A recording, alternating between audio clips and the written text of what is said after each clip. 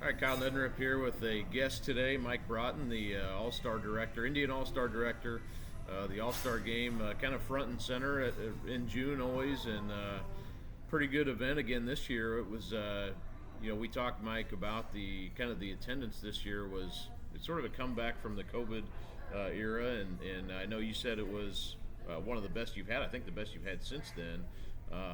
But just overall, your thoughts on kind of what this year was like and maybe a little bit going forward on kind of where you think it's headed here in the future.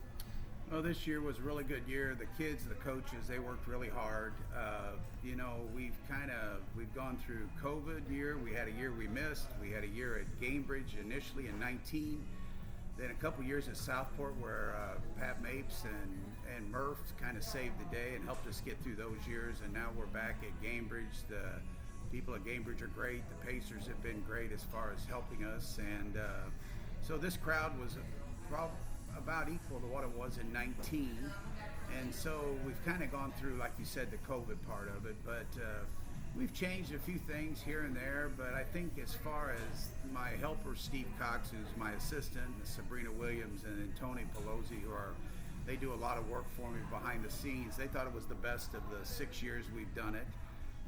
Everything worked well. The players, they were very excited to be part of it, and the coaches. I don't think anybody really realizes what you go through until you go through the week.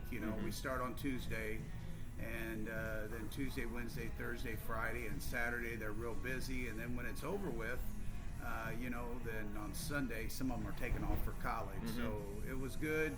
The games were really competitive.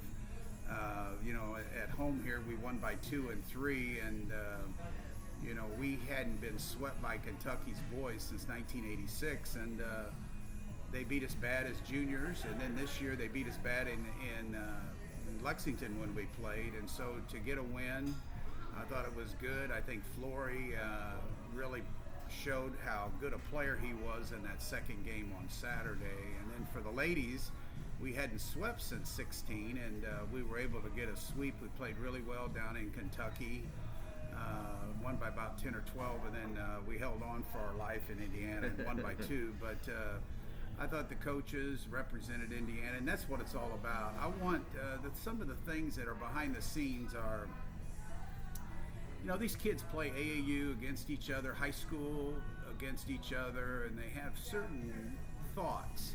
And when they get to camp, they're put together, they room together, they're in the same dorm, and they have to sit and eat together. And so what we create more than just a couple basketball games is we create lifelong friends. And we also create with the coaches, instead of I'm a ladies coach or I'm a men's coach, I'm just a coach in Indiana. And so we have a dinner where I meet with them and we talk about a lot of things about the future. And I know I'm older and I don't really worry much about the past, but we need to worry about this generation. But we want the kids to have a chance to just get to know each other, just be part of a good experience. And like I tell them, they don't realize how important this is up until they play that game on Saturday night. And when they play at Gamebridge with all the people that have been there for 40, 50, 60 years, then they go away with kind of a special feeling. And I get a lot of notes from them. I get a lot of notes from the coaches that, some of them, it's a culmination of their high school and their coaching experience, because I have a committee that helps me pick the team. And then the coaches, I kind of go around the state and for the most part try to pick the ones I think are the best coaches. And, there could be 100 people pick the All-Star team and it'd be 100 different teams. So I don't think there's a right and wrong, but we try to do it.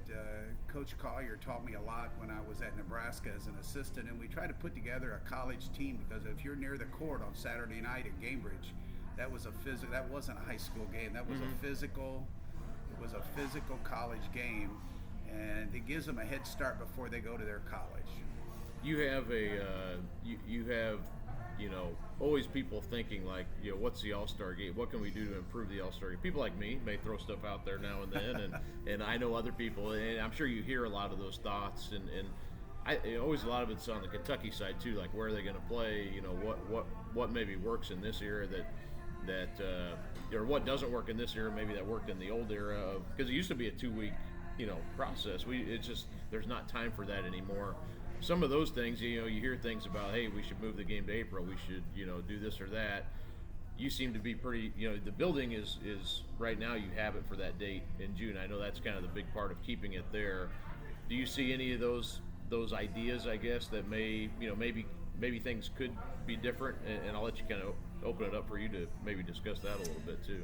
Well, I think Scott Chalk down in Kentucky, who's the director, he's really trying to get some better venues, and he's worked a lot harder the last year or two and putting in some effort to hopefully someday get to Freedom Hall. Mm-hmm.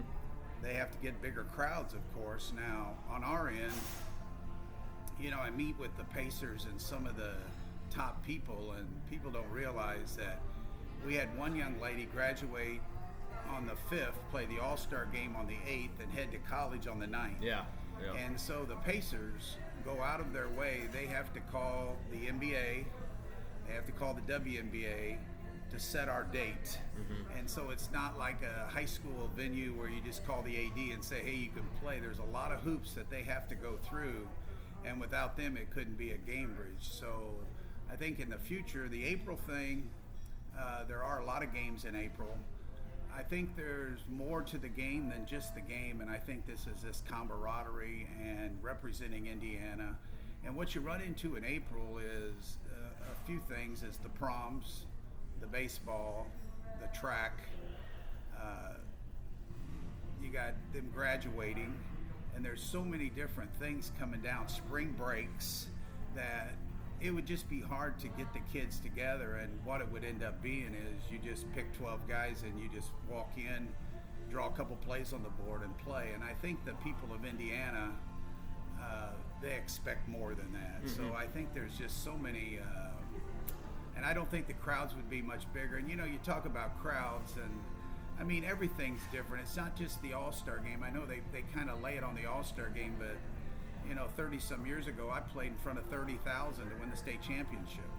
Well, nobody does that today. They play in front of 10 or 8, or when people leave and other people come in, and maybe they add up the whole day. But the 2 games I coached in '93 to win it, there were 30 in both sessions.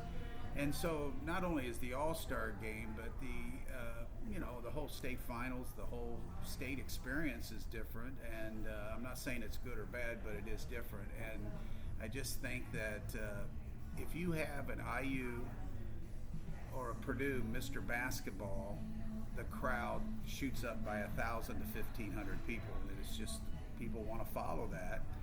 And I also think that going back to Cambridge, and this is maybe for the older people that'll listen, a lot of people don't want to mess with the ticket. They don't want to mess with the ticket on the phone. And I think last year our crowd would have been about 55 to 6,000, except people just turn away because they go, I don't know how to do this. And so there's a learning curve. But the bottom line is this: the All-Star game survives if we get younger people involved in it. And this year, I think we sold about 2,200 tickets to kids under 20 years old. Mm-hmm. And so the older generation, they're still there, but they're getting older. The game's 85 years old.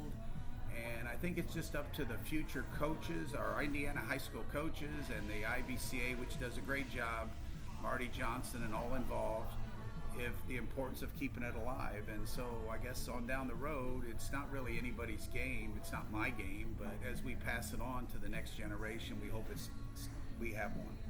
Well, you touched on something there. You coached at Jeffersonville, and I covered Jeffersonville this weekend, and Sharon Wilkerson, who you coached in high school, who won a state championship, is now coaching a team I think that maybe have a chance to, and some of those guys will have a chance to be on the All-Star team next year as well. They got 3 excellent players on that team, but touch on that experience coaching at Jeffersonville, and you obviously should have mentioned this at the front, is you have a history as a high school coach, obviously, and did it for a long time. But yeah, it's pretty cool when Jeffersonville's good again, and it looks like that's going to be the case this year. And Sharon's got a really good team down there. Yeah, they came within, really. They were up 5 or 6 with a minute to go in the semi-state final to play for the state championship last year, and those kids were only juniors. So I think they have a great opportunity to win it. I think you have to be really good, and Sharon's going to have to be really sharp on those games. And then also you got to have a little luck, and there's got to be a little lady luck to it.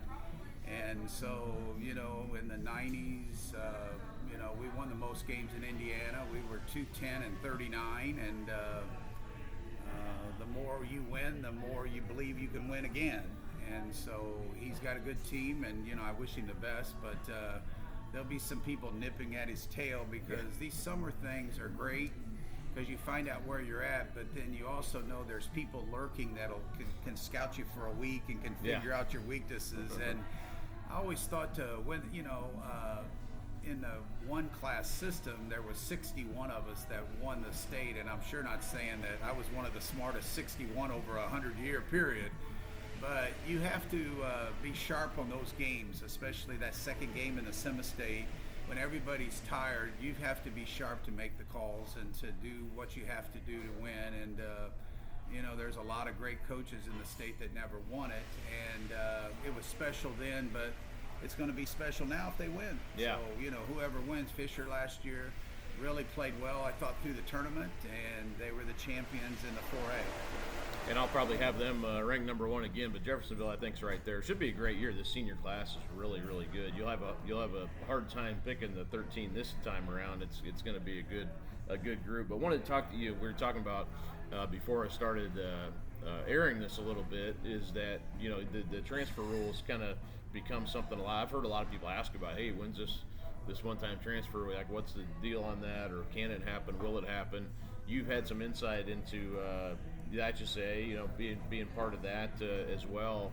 What are your thoughts on a potential one-time transfer, and kind of explain a little bit about your background on what you kind of proposed back? I don't know how many years ago that was. Yeah, that was about 4 or 5 years ago, and Bobby Cox was the commissioner, and Dave Warland, myself, and a couple others, we proposed having one free transfer the freshman or sophomore year. And my thinking at the time is we got to get ahead of it when kids can now move from school to school pretty much. We got to get ahead of it so we can control it. And of course, must not have been too good idea. It was voted down. But, kind of my opinion as I look at it now is I think you could probably take it even a step farther, and I'm sure not saying that Paul Knighty's going to do any of this, or the board, or whatever. They're good people. They'll make good decisions. I'm kind of on the outside looking in, but I think you could set up something now where you'd have one free transfer as a freshman or sophomore, and then if there's a second transfer, okay, don't hurt their chance to play in college. Don't hurt their chance to get a scholarship, but just make a kind of a rule that states if you move a second time, you can play there. You can't play in a tournament. Mm-hmm. You can't play in a state tournament at the end of the year. And so you're giving them the opportunity to play, but you also are making that school think, okay, now is this worth this transfer? Is this worth this? Is this worth the hassle of having a kid play until, whoa, it's sectional now, I can't play. And I think it would have merit as far as the law's concerned, as far as hearings are concerned. But something, you can't put your head in the sand and think it's not going to go away. It's going to be here. And I think if you could structure it in a way, I always thought back in the day, of course it was voted down, that no freshman or sophomore is going to win the state championship in most sports. And when we think about basketball, there's all the sports you got to consider. And I just didn't think they were ever good enough usually. They're usually upperclassmen that make the decisions on who wins the state, like in golf or any other track and field or whatever. And I just thought that second one, there has to be a little bit of a penalty and just keep them out of the tournaments. Because if you keep them out of the tournaments, then I think everybody will pause and think, is this worth it? There have been people, people say, hey, I said earlier, people ask you, hey, is this going to happen? Is this something that's possible? Your opinion with the IHSAA, they've said, hey, we're going to study this, we're going to look at it. What do you think? And again, this is just your opinion and maybe your thoughts into it. Do you think they would actually consider? It's not just it's obviously not one person deciding, but it's a board. But do you think they would actually consider something like that? Well, I think the board they're a bunch of good people, and I know Mr. Knighting and the people involved as the assistant commissioners will figure it out. But I think it's something that I think it's almost going to happen in the next 2 or 3 years. And I made a comment my last day on the board. There's a meeting, and Bobby Cox did a great job. I was on the board for about 7 or 8 years. And I made a comment though, and the reason I kind of pushed toward having this vote, which was lost, we didn't have enough votes, is because over that 8 years I gave medals in all the sports. First place, second place, you'd hang them over the kid's head, say state champion, or some people would say class state champion, or whatever it was. But when I finished and I look back at my 8 years, 75% of the medals I gave were either to Carmel or to private or parochial schools. And so when you see that type of thing happening, then we went to class for fairness. Well, I don't know if that's fair anymore. And I think just as in 1998 they made the decision to go to class, I think people have to have enough ingenuity to look ahead. And I'm not sure that going to more classes is the answer.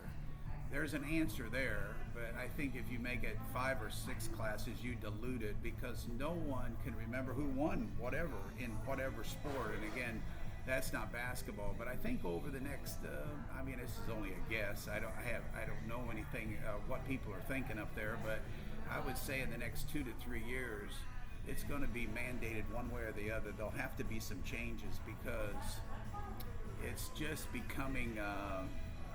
It's just kind of a sore thumb now. I think, when you have in 1A this year, there's 8 schools left in the boys basketball, and 7 of them are private or parochial. There's some issues that you have to address. Yeah, the success factor has, in my opinion, been a good thing in some regard. They were kind of a front runner on that, as far as like trying to figure something out that wasn't a multiplier, which a lot of states do.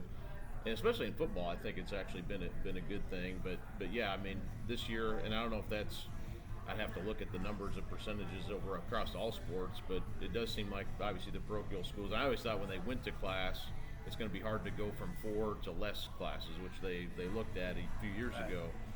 Once you go to 4, it's hard to go backwards, and I don't sense that is probably ever going to happen. Some of the people, and most of them are gone now, from 1998 that made those decisions. I talked to some of them when I was on the board, and it was just small talk. It wasn't anything. But back in the day when they decided on 4 classes, they felt that as the generations to come that it would go back to 3 or 2. That's why they made it 4. 4 wasn't a magic number, but they felt there should be classes, but they thought in time it would roll back. I don't think any of them thought it would roll ahead to more classes. And, there's a lot of people that can talk about different things about it and stuff. But the thing about it is, I don't think more's good. Maybe 4's good. Maybe 3 would be good or whatever. But I just think that, it waters it down. And I also think you got venue issues and things when you have too many state championships in one day. Right. Yeah, I just think people get used to 4 now. So now you're used to having those. Going back, you're taking opportunities away to win a state championship. Those smaller schools probably don't want a lesser chance to win a state championship. Well, I bring up Shelbyville, and this is a story from the past, but Shelbyville back in the 90s, they had a coach named John Heaton. He was an excellent coach. No one wanted to coach against him. He was so good. And so here's a school of 900 that were playing, go to the Semi-State. Regional final, and every year John didn't matter his talent, he had teams that were winning sectionals and whatever. And so now you look at a Shelbyville that could be 3A or whatever they are and then since he left, there's been a lot of ups and downs. And so it's not as in football maybe, but in some of the sports, it's not the size of the school, it's the coach there. And I mentioned Carmel before, but in the boys basketball, they had Mr. Hetty that I coached against, and they've had his son, they had Pete Smith, and then they had the coach now, Mr. Osborne. They have put good people in there, and so they've been successful. And Right. so a lot of it is who's building the program and who's trying to develop the youth and things like that. And so the size of the school, I think, is secondary to the people running the different sports. Yeah, the continuity seems to be key, and that's a lot of people talk about transfers. It's something that obviously I have yet to see a team really throw a transfer team together and win a state championship. It just doesn't happen that often. So that's just. I wanted to ask you too about the kind of the summer basketball. I just mentioned the Charlie Hughes and covering that this weekend, seeing Jeffersonville and 139 teams, but pretty cool that the coaches get to be at that and see the high school teams play. I love that part of it. They're able to come this weekend. Friday, I believe it is. The top 100 is at Ben Davis, so they'll get a chance to be at that as well. It's a little bit different than it used to be, where the coaches were only going to AAU pretty much in April, some May, and then July is kind of the big AAU month. But now that kind of cool, they get to see the high school teams play as high school teams and see them in that environment, which gives you a little bit different look than just the AAU stuff.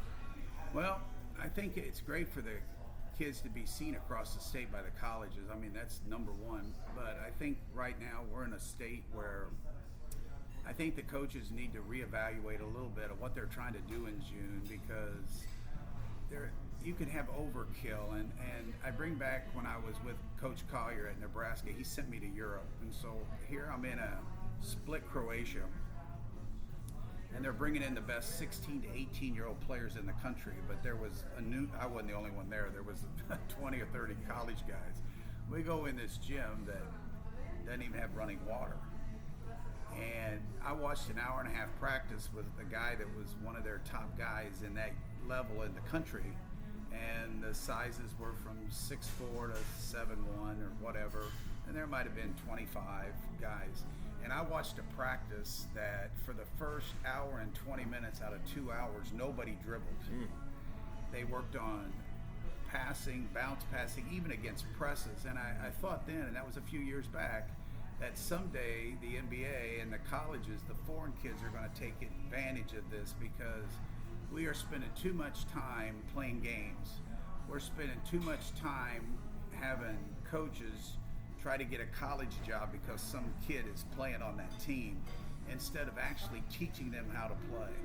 And I think some of the things that the coaches work on throughout the season in Indiana, we have really good coaches for the most part, then it's all lost because, well, I got to score so that guy can see me play. And I think that we have so many bad habits. So I guess if it was a perfect world in my eyes, which doesn't mean much now, I think he'd play the Charlie Hughes maybe 10 games and get in the gym and work on the fundamentals that those kids are going to need. And I know a lot of coaches do that. And I think in Indiana, the coach is really good. Now, I go to some Hall of Fame things where the older guys like me, and even older than I am, well, Mike, it's different. I don't know. They can't coach like, and I go, no, the top 30 coaches in Indiana could coach with any of the top 30 in my time or even before me. I think there is a fall off in the middle, because I think that in our day, most of us, it was an occupation. We knew this is what we were going to do. Until we got fired a number of places, this is what we're going to do. But you see so many stepping in and stepping out that I think they're wanting quick fixes. And I know there's 4 or 5 programs I really follow, because I know what they do in the elementary school and I know what they do in the junior high. And it's somewhat disheartening now when I look at a distance, when I don't care who wins a whole lot, and I see that this coach is grinding at 5th graders, 3rd graders, 4th graders, and doing what those kids need, taking care of the community and the kids. And then they got to win the regional. They got to beat a school that maybe has 5 different players every year. And usually when I watch that, these guys that rotate their players win. And so is it a perfect world? No. Can you still achieve? Yes. But they have to spend more time in the gym. And I don't know if it's that, well, I don't want to be around them. But I think the number one thing with coaches that they need to do, and I watch because you go to a lot of games and I do, I want to be able to watch a game if I'm watching a player or two and say, okay, that coach really prioritizes defense, or he's a slow down coach that's going to make a lot of passes. And when you leave there, you know what that coach is all about. You don't see that today. They bounce all around and stuff. They got to get to more fundamentals. It's the way you win. And you got to put a premium on shooting. And even in the college game, which I was involved, you got to put a premium on shooting, and you got to put a premium on being able to control the ball. And you just don't see that as much as you used to. Right. I did see at the Charlie Hughes, I thought it was cool. There was a lot of coaches, Mark James included, and I know Steve Lynch and several others, probably 10 coaches I saw that, they kind of sat at the end of the bench and let their assistant coach, so it gave them a different perspective.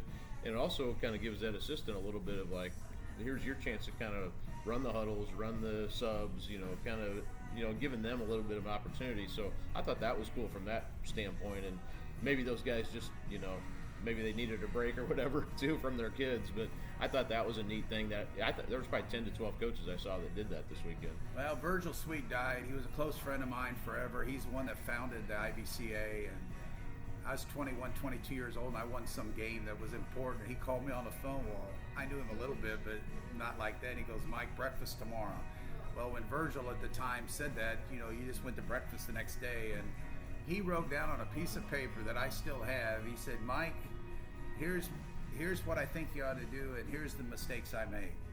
And so he wrote down, you need to learn, grasp, go to a lot of clinics, get as much information from as many people, figure out your style. And he said the goal of every coach is to win the state. He goes, I never was able to do it, but that should be your goal. So move where you have to get that. And then he goes, after you get that, the mistake I had was I had a chance to go to college and I didn't.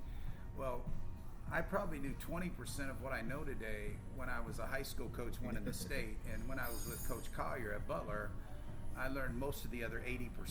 And so from when I left to go to Oklahoma City to be a head college coach, I would have never been as successful I was there if I hadn't been with Coach, because Coach Collier, look at the tree and the people he brought into Butler to make it now one of the nation's better basketball programs. And then Virgil at the end, after, he says, you go through all of that and you get older and your kids are raised, you need to give back. And I think that's where the Jameses and the people like that are doing that are giving back, because they can sit there, not only watch their team, but talk to the coaches for the next generation. Mm-hmm. We can't be selfish about what we did. Mm-hmm. It's now, what can we do to help those others? And I have a supper with the 6 coaches from the All-Stars, and what I try to do with that, I give them their ring. Also, my wife and I, we give them an FCA Bible that I used a lot with my teams as far as devotions about unselfishness and toughness in this. But what I really try to explain to them is, I said, you know what, it's not, this is the men coaches and this is the women coaches. We're coaches of Indiana, mm-hmm. and you guys need to pass ideas back and forth. Some people have the impression that, like, I thought of this. There's only 5 guys. Right. Most everything's been thought of, and I just think they need more camaraderie, and that's something in the past that we had, mm-hmm. and I think we need to get that back. Yeah. Well, that's really cool. I think you're right. I think that's passing on what you know is obviously very important to the future of the game, which is ultimately what we're trying to, all of us around the game are hopefully trying to impart on the younger generation. What haven't we talked about, Mike? We've been talking for a while here. Anything else that you want to kind of touch on as we kind of wrap up here? Well, I just think maybe the last thing would be, I was at Nebraska with Coach Collier, and we recruited players, and I was involved in that. He was an excellent recruiter. But I think a mistake that these parents make, and if people have kids that are good players, is you really need to cut down the voices around you. You need to cut down, and so I would finish with this. The best things I ever learned about that was you take where you live and you make a circle 3 hours away. And you as a parent, if you've taken those kids to AAU, you've been a high school supporter, you've worked in the booster club, you've done all these things to support your child to get to where he can get a college scholarship 3 or 4 hours away, and find schools in there that fit you. Mm-hmm. Because 90% of the time when you leave high school and go to a college and you're trying to decide where you're going and what fits you, you can go to an official visit, and by being with the coaches and the players, that's where you're going to be for almost your entire 4 years. And so make sure those fit. And I just think that sometimes we get carried away with all these visits, and I need these unofficials and this and that. I think as a parent, you need to make sure they're children, they're young people, and they become grown up quick enough. Mm-hmm. And so be diligent in the fact that you want to take care of your child, but going to Utah State from Indiana may not fit for everybody. And so just because it's a named school don't get caught up in that. And then the other thing is, if you start getting some offers, and those offers are low one or they're Division two, that's who you are. Like, people think, well, how could that college think of that, or how could that coach look at that? They're right. They make a lot of money in doing what they do, and so if you start seeing a trend line, don't jump. One school pops in late, that program may just want you as a practice player, and then the next year you're back in the portal or whatever you're doing nowadays with all this. But the thing about it is, make a good choice on how you feel with those two variables: players, coaches, and the parents can help. They should be involved in that decision. And there are a lot of really good coaches, Division One down to Division Three NAIA in the state right now. I mean, look at D1. You've got all kinds of guys who are obviously Matt Painter taking his team to the national championship, but Mike Woodson. You got a lot of Michael Lewis at Ball State. You got Matthew Graves now at Indiana State.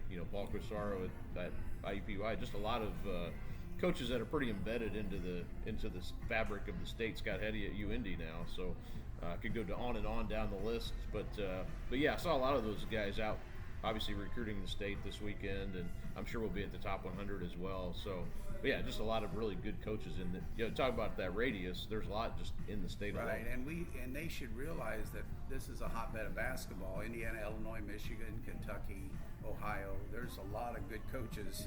They can cross the line, and they can be part of some really good programs. But it's important that the parents stay in some connection with the kid once he leaves. It's not like, well, he's out of the house. Right. There's a connection now. There's also overkill to that, where it's going to make it miserable, because you may be involved in your high school setting. You go to college, you're not too involved in that. And I had $30,000 scholarships where I was. Where you treat those with gold, but there's certain expectations you expect out of the kids. But for the most part, I think the state of basketball is great. I think the sports programs, Mr. Knighty, they do a great job at the IHSAA, and then I know Marty. The month of June is just crazy for the IBCA, with not only the All-Star game, but the top 100s and Charlie Hughes and all the chances that the IBCA are giving kids. And there's complaints like in the All-Star game per se, it is 2 games against Kentucky, but I noticed with the players and the kids, that third game where we play the juniors is almost more important to them than the game in Kentucky. Bragging rights. Yeah. It's bragging rights because they're playing the people underneath them. And so this year, maybe not all the kids played as much as they wanted in any one game, but they all played at least 14 or 15 minutes in the 3 games. And I think we'll have to look ahead, because Kentucky now is starting to bring 9 to Indiana. Teams of 10 to Indiana. And so I think, so that we can get more kids a chance to play, and we can also be competitive with Kentucky, we're going to have to cut it back to 12, maybe, or even further down the road. Not that we want to cut kids out of the All-Stars, but we want to give them a chance to play. But this year, except for one player, they all scored in one of the games, the 3 games, and 2 of the 3 are on TV. And so I think for the most part, people can nitpick certain things, but it's like I told them, there'll be people that pass away, and I'll get things sent to me, and they go, maybe from the wife, and it'll say, my husband was a 1969 All-Star, I just wanted you to know. And so I'll bring up the newspaper article, whatever city or town, and almost invariably the first paragraph, 1963 Indiana All-Star. And so you kind of hate to see that go away, because you go through a lot of schools, and I think since I've been doing this, there might have been as many as 10. The school, that was their first All-Star. Well, man, they made a big deal about that. Yeah. And so I think we just got to keep plugging away, and hopefully I'll be around for a few years to help with it. And but when people start thinking they've devised something, or this is all theirs and that, we're making a big mistake. My goal is to help as many coaches as I can in the years I have left, and they'll ask me questions, and I'll say, well, maybe you should think of this, this, and this. And because I learned a lot when you're with Coach Collier and you're studying basketball 15 hours a day for 3 years, and you go to Europe and see the best coaches, and you coach against Roy Williams and all those people, like when I had Missouri as the scout, and it was the 19th game of the year, I had to watch the other 18 games to write the scouting report. So I might see my wife every third day. Yeah. And so you get into that part of it and stuff. You just like you in your profession, you just want to give back because you don't know how long you're going to be around. Exactly. Well, thanks so much, Mike Broughton, for joining me. We're going to eat lunch now, but appreciate you doing this. Well, I appreciate it too, and I wish all the coaches the best. I think next year is going to be a pretty wild ride for everybody in the basketball world because really good players in the girls. And with Pope being the coach at Kentucky, Kentucky's best players are going to be playing now because Calipari wouldn't let them play. Louisville's got a new coach, and they're going to let them play. And so there's going to be an upgrade in the All-Stars ahead. Looking forward to it. Thanks a lot, Mike Broughton, for joining me today.